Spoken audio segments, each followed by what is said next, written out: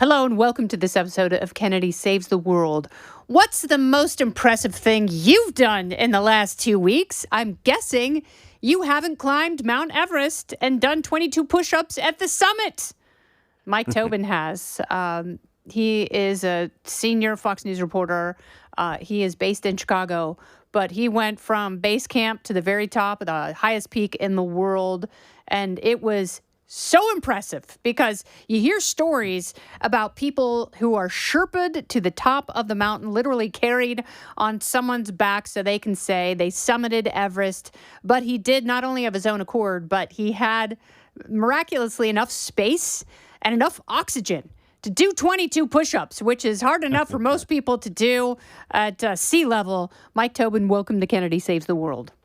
Hi there. And, just for clarification, no, the Sherpas can't haul you to the top of the mountain. Supposedly... They can't even get the dead guys down. Supposedly, they hauled Bob Pittman's ex-wife up there. Sandy Hill Pittman. Mm-hmm. Yeah, that's right. She's kind of legendary, I guess, because of the night. I covered the 96 disaster, too. So it was always I feel connected to it. So, and when you say you covered it, where were you? What did that mean? And how did that affect you? I was still in Dallas, local news in Dallas at the time. And Beck Weathers, he's the guy who was left for dead up on the mountain. He was from Dallas. So I covered that. I got to know his family. I got to know him throughout the whole process. And I was already climbing at the time. I was a bit obsessive about climbing for a long time. And so I jumped on that story as aggressively as I could and got to know Beck and got to know the whole family. And how did it impact me? That's kind of an interesting question. I don't know, but it certainly didn't dissuade me. So you'd already been climbing at that point because obviously, there are a lot of people, especially in the era of social media, they create these bucket lists because it gives them a good picture to post. But you can't climb Everest on a whim. You really, truly have to be an experienced mountaineer.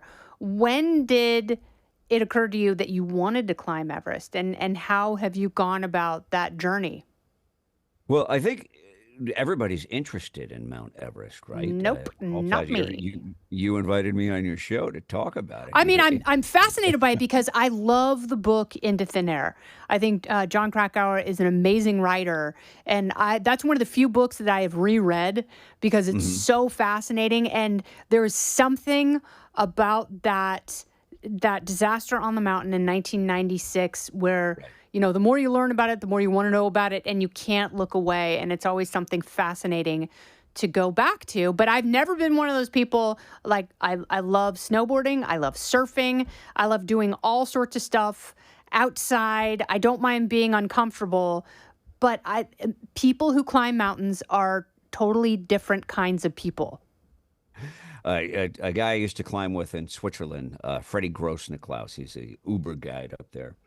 And I climbed the Eiger, the Matterhorn, the Monk, and the Wetterhorn with him. And he used to say that the big mountains are all about how much you can take. How much suffering can you take? Because you're uncomfortable the whole time. And even at base camp, it's pretty uncomfortable. You want to get home. I miss my wife. I wanted to get home the whole time. But when you have to, the hardest part is the waiting. Tom Petty wrote that. He did. He wasn't even at base camp when he wrote that. But he very well could have been because waiting, I can't imagine what it's like because your windows for climbing can be so narrow. So when did you decide that you were going to climb Everest this time? Were there times in the past when you wanted to and you had aborted the mission for whatever reason? COVID. Yeah. I climbed the sixth highest mountain in the world, a mountain called Cho-Oyu, which is very near Everest. We came in from the Tibetan side then, too. And I had a great summit day in Cho-Oyu. And that was kind of the threshold, the test. Can you handle life above 8,000 meters? Are you going to fall apart? And there's a lot of guys. There was an ultra marathoner on that team. And we got up high, and he fell apart. Wow. And I've seen that a lot. It's not just in some of it, some of big mountaineering. You just have to be lucky. If you've got the right body chemistry, you can hold it together when you get to altitude. But the marathoners, ultra marathoners, these trail runners, sometimes they get up high and they fall apart. So anyway, I had a great summit on CHOOU, and a lot of people from that team turned around right away, and what would be like 6 months later, they knocked out Everest, and I had to get back to work. And so I said, the next year I'll come back and climb Everest. And then there was COVID. Mm. And then the year after that, the team fell apart again because of COVID, and we couldn't get into China. And then I got married, and I got a house, and I had abandoned it. And I even told guys at my wedding, I'm like, no, no, Everest is out for me. I had the ambitions, but now I'm just gonna be a normal family man. And then in October, a guy named Griffin Mims with Alpenglow called me, and he said, "Hey, we got a spot for you on the team." And I asked my wife, and she said, "Okay, this one," but she has drawn the line at K2.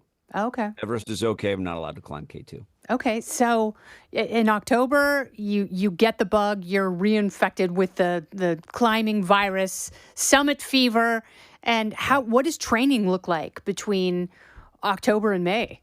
Training was insane. And I give my wife a lot of credit because between this job, it's a little bit demanding working in the news business. We're very competitive. Between work and training, there really wasn't any more time. And my wife ran the house, and she made sure I was fed. And some of this like insane training that I did, I would take the same sandbags that our cameramen use to hold down the light stands when we're out there. Oof. I bought those and I put them in the backpack, and went to the Indiana dunes, Hmm. and I would run up and down the sand dunes with sand in my backpack. And how heavy was that? In imperial, not metric, please. I do it 50, 60 pounds all the Jesus. time, and knock it out for like 6 hours. I would do it, and my wife was wonderful. She made the picnic lunches in the back of the truck, Oh. and yeah. And there's also a here's a crazy thing, a little factoid about Chicago. In outside of Chicago, a little town called Fox River Grove, these guys from Norway showed up, and they missed being able to ski jump. So they found the only hill in the Chicagoland area and put a ski jump up there.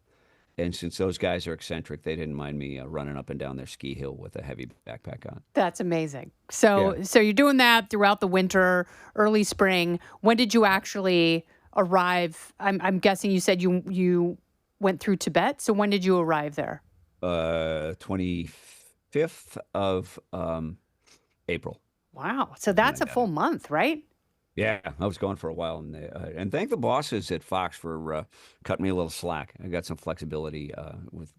I had to get creative with my vacation time. I didn't take a sabbatical. I just piled up a bunch of vacation time and bent a few rules, and they let me do it. That's pretty amazing. And what is the window you're given? Like, what's the fastest you can summit Everest once you get there?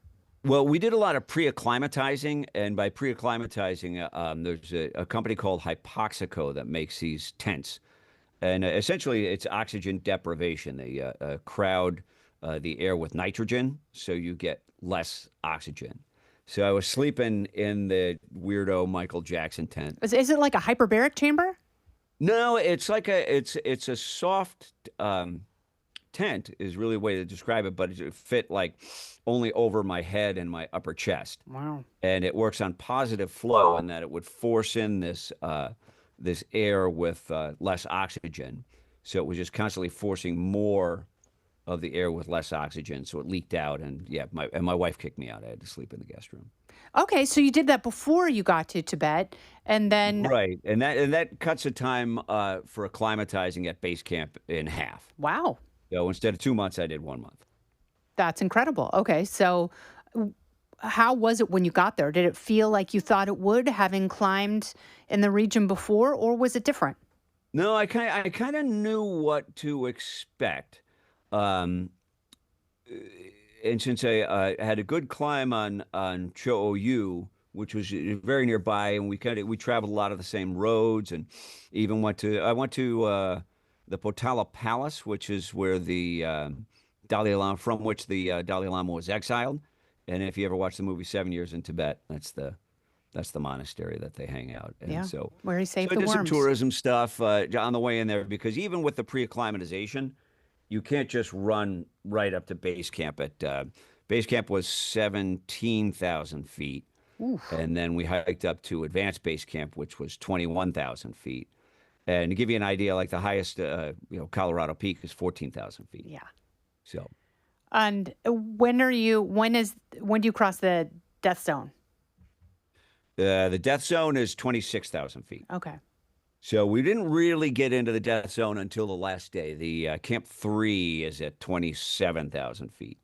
So we were deep in the death zone of that. One night in the death zone on oxygen, and then you summit, which is 29,000 feet.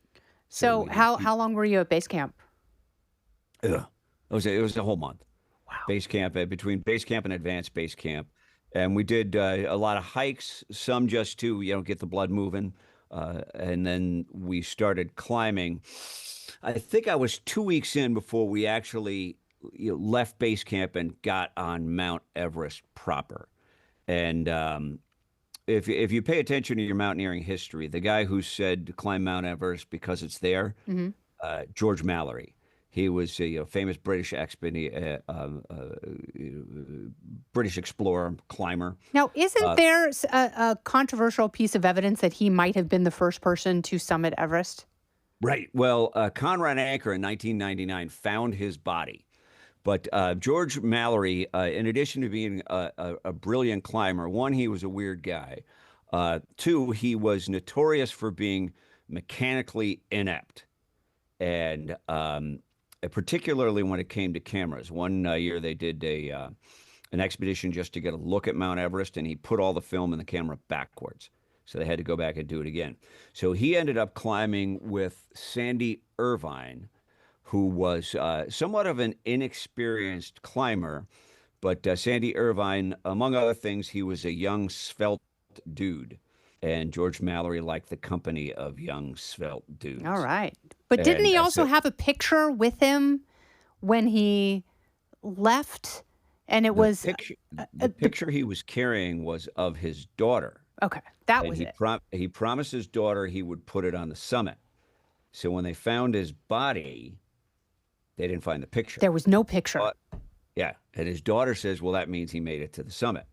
But Sandy Irvine would have had the camera.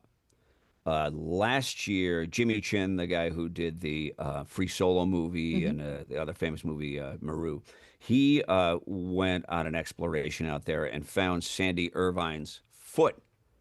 And they could tell they had the right foot, the proper foot, because there was a tag on the sock that said custom made for Sandy Irvine. Oh, And then, of course, they did DNA testing.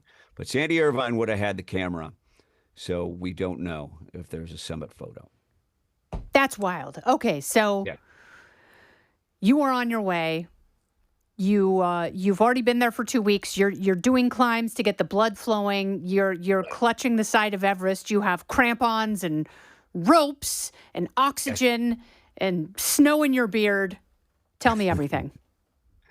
Well, so we did a sortie, if you will, up what is called the North Col. And I brought up George Mallory because we did the same route as the ill-fated British expedition of 1924. We climbed almost step by step the route of Mallory and Irvine up the mountain. And the highest that George Mallory ever got before 1924 was what's called the North Col. And col is just kind of climber speak for saddle on the ridgeline. So we climbed up to the to the top of the North Col and camped there without oxygen at 23,000 feet because the guy who put together our team, Adrian Ballinger, he said that is his gold standard for whether you can handle the altitude. The night at 23,000 feet without oxygen, and then we came back down. And I did okay, but it was rough. I'll tell Was you it what, so? sleeping. Tell me, describe what that was like. What was the roughness? Well, you do wake up at night gasping for air. I had a lot of that experience at 21,000 feet and at 23,000 feet. Your body will wake you up and say, "Hey, pal, you're suffocating." We got to get down from here. So if I woke up suffocating, I would have a panic attack. How do you calm your mind when you wake up gasping for air at Well, 23,000 feet? you just do. You don't sleep that much. And I was in a tent with a guy named Andrew Davis, and I'd wake up, talk to him for a little while, and he was, awake too. You didn't sleep much at 23,000 feet. And then, and it was a brilliant climb to get up there, by the way, almost pure vertical ice, Wow. which maybe doesn't sound great to other people, but to a climber, those are the kind of obstacles you're hoping for. I mean, it sounds beautiful. Yeah, it was beautiful, and stunning. And when you get up there, you can see all the Himalayan peaks well, one of them I climbed. I could see Cho-Oyu, and then I could see the Pamori and some of the other. It's stunning to be up there. When you've earned the view, it's different than if you got up there in an airplane. Wow. And then when you go back down, where did you go back down after you spent the night at 23,000 feet? We went To what down to camp? 21,000 feet at Okay. advanced base camp, and then we retreated all the way into a little town called Tashi-Zo, so we could get showers and decent meal with a knife and fork and stuff like that, and one night's rest in a hotel. And then we went back to base camp at 17,000 feet. And then we started looking at the forecast, Oh, really scrutinizing the forecast, because then we'd done all our preparation. And we Adrian Ballinger determined that the morning of the 27th, with the forecast that he had, that we were going to have still air. But the preceding 2 days were not still air. They were just the opposite. So we climbed back up the North Col, and the Camp 1 is on the top of the North Col. And then we started from Camp 1 to Camp 2 in nice weather, and it was beautiful. And towards the end of the day, as we were going from Camp 1 to Camp 2, we started getting beat up by the wind. oof. And I've covered, I've forgotten how many hurricanes I've covered, but I tell you, easily Category 1 hurricane strength, the type of winds we were getting into. Wow. Yeah, so it was challenging, very dramatic as we were climbing. Then we made it to Camp 2. The Sherpas had already set up our tents at Camp 2. Thank God. Yeah, and they were solid, but you're still, You're it's probably pretty convinced you're going to be blown off the side of a mountain. once you're inside the tent, your tent's getting beat up, but it wasn't that nerve-wracking, but it wasn't comfortable either. So it's kind of all the camps on the north side of Everest, with the exception Camp 1's not that bad. Camp 2 and Camp 3 were brutal. Okay. They were unfriendly places, inhospitable. Join us for a live Kennedy Saves the World podcast on Thursday, June 19th at Langan's on 47th Street right here in New York City. We're going to kick off your summer with special guests Jimmy Fallon, Emily Compagno, and many more. You got to be there June 19th, 3 p.m. for a special Kennedy Saves the World. Camp 2, you have wind. What happens in the morning? We got up. It was still windy, and at Camp 2, I didn't do a very good job of keeping my feet warm. Oh, no. And so I started the day with cold feet, and my toes are still numb right now, and I was getting nervous about it, and we had there was a delay, something with the oxygen bottles, and we piled into one tent, and one of my teammates, a guy named Matt Ferrari out of Miami, he offered me his armpit. And so the two of us were up there. I've told him we're forever bonded now, because we sat there at Camp 2 with my feet inside of his armpit, getting my toes warm. Hey, man, I'd rather do that and have it be slightly awkward and still have my toes. There we go. And we got a story to tell. So you get to Camp 3, and then what? Camp 3 was rough.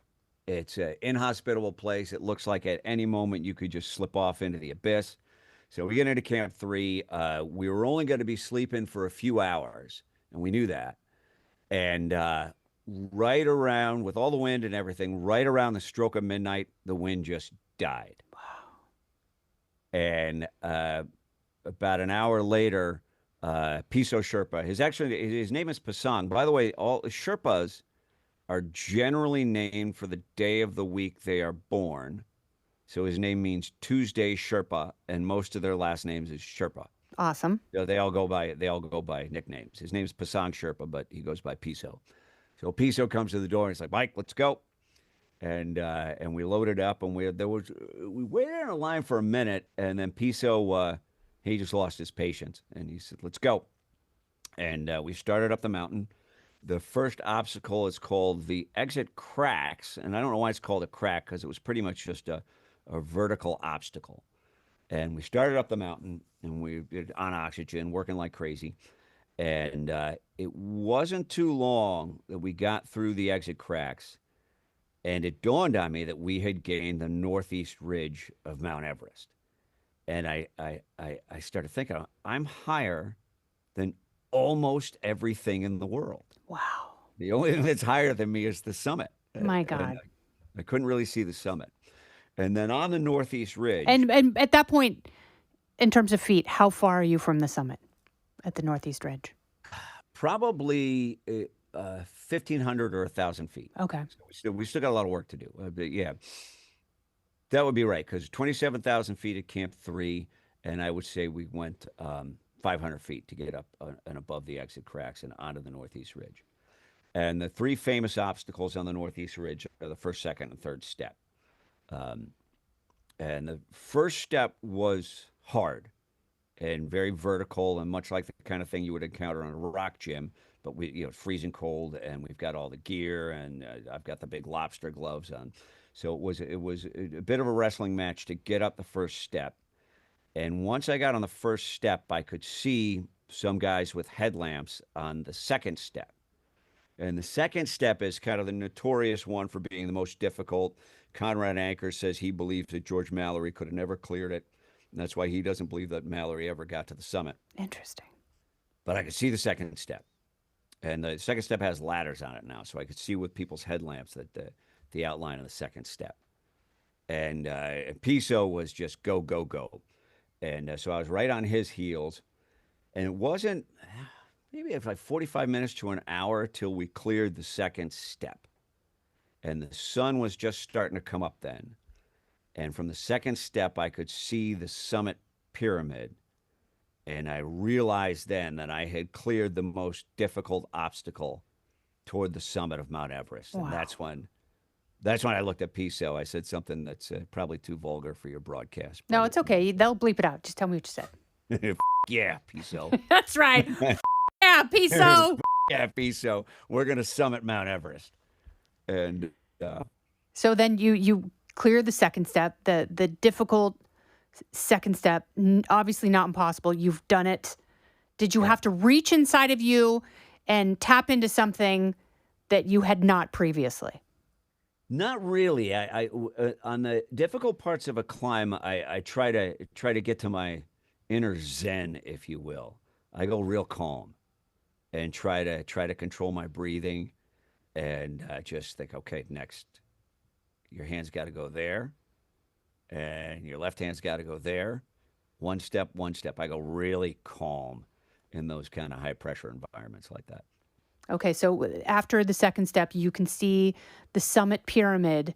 You yeah, Piso. What is the third step like?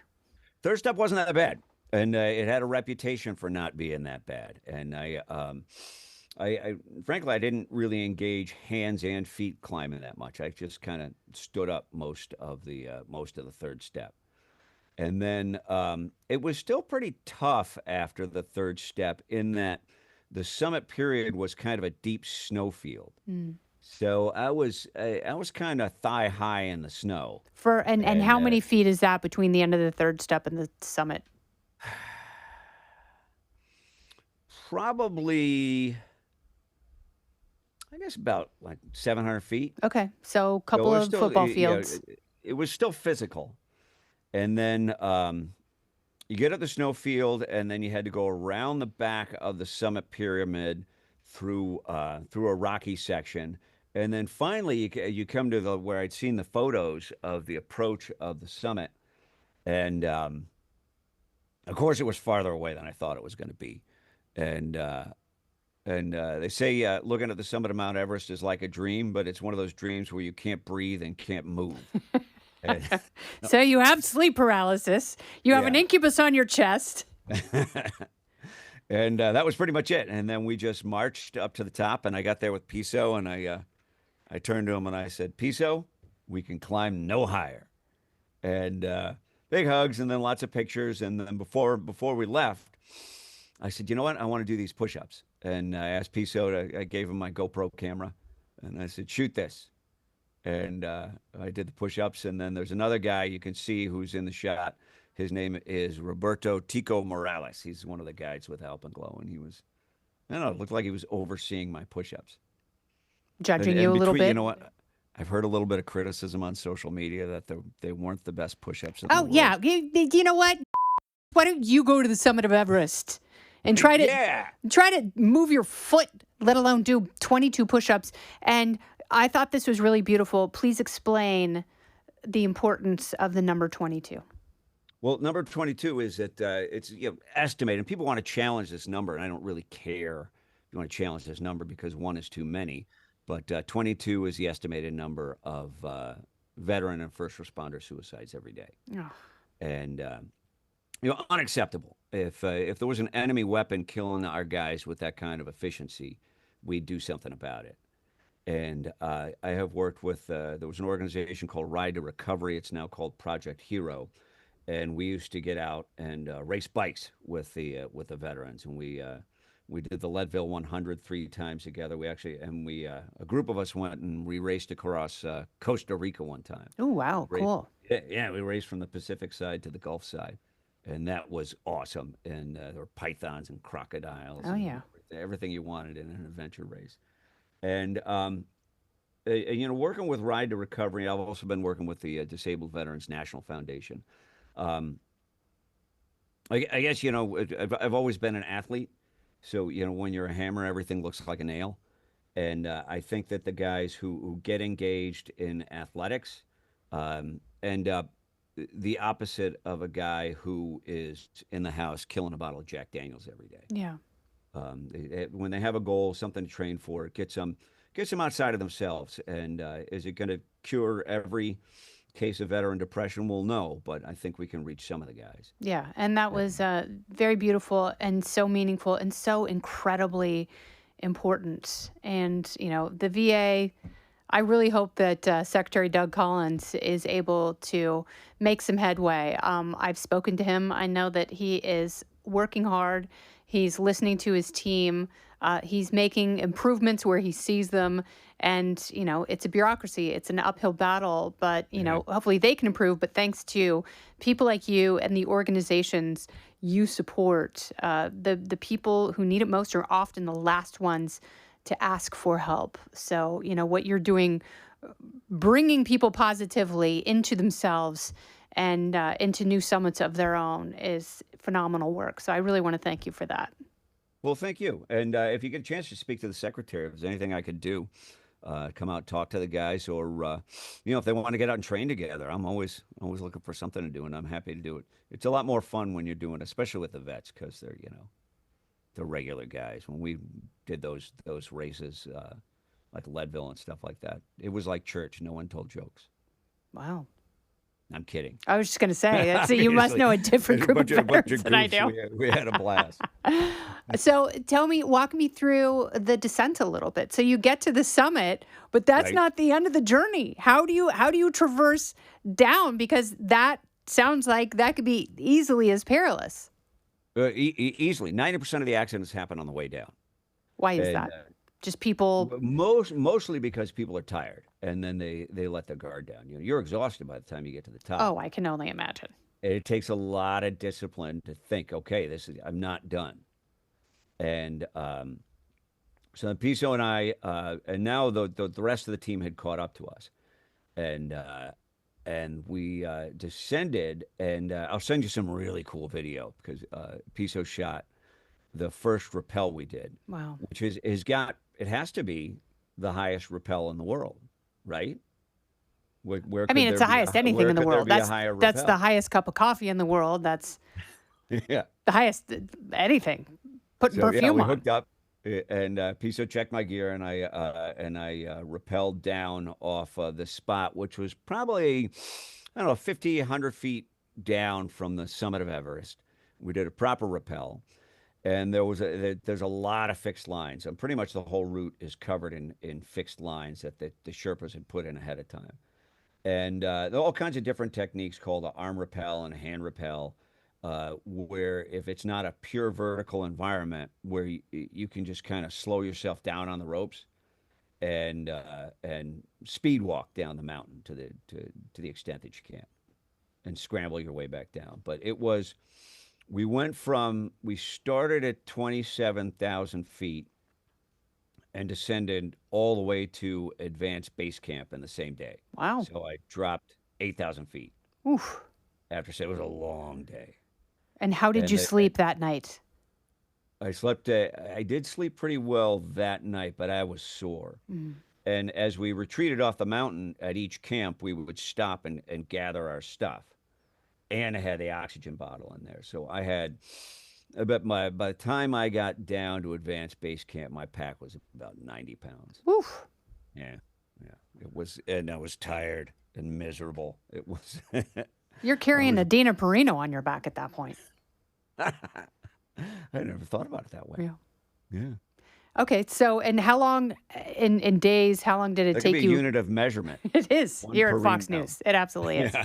Yeah. So if, from the summit to base camp, how many days did that take you? Summit to base camp. Well, summit to advanced base camp was the same day. Yes. Summit to base camp was 2 days, and that's because the Sherpas went up to strike our camps, and it was still a dangerous vertical environment. So we were the only ones who could have launched a rescue. Okay. So we hung around to wait for the Sherpas to get down to make sure that they were safe.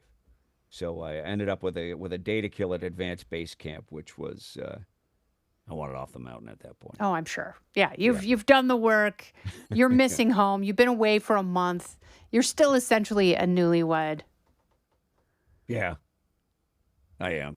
And, My wife and I are unique. We like each other. Good for you. Now, when you're at base camp, can you communicate? A little bit. WhatsApp seemed to work the best. So I talked with her with that, and I could even, do video calls with her over that. At advanced base camp, it didn't really work. I could get some text messages through. We had the same kind of satellite dish that I used back in the Afghanistan days. It's called a B-GAN, Okay.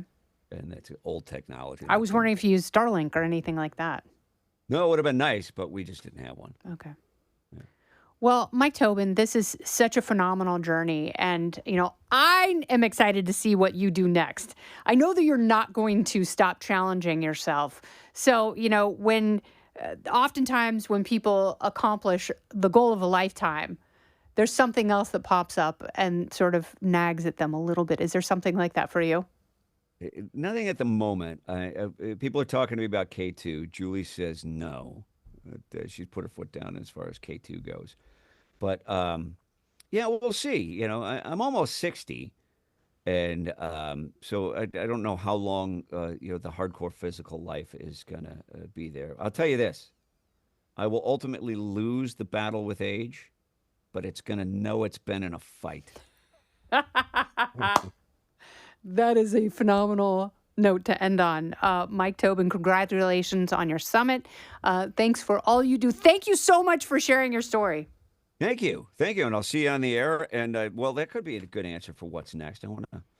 Let's turn up the heat. Let's see what's out there and go get some scrappy stories, huh? Absolutely. Let's do it. Mike Tobin. Yeah.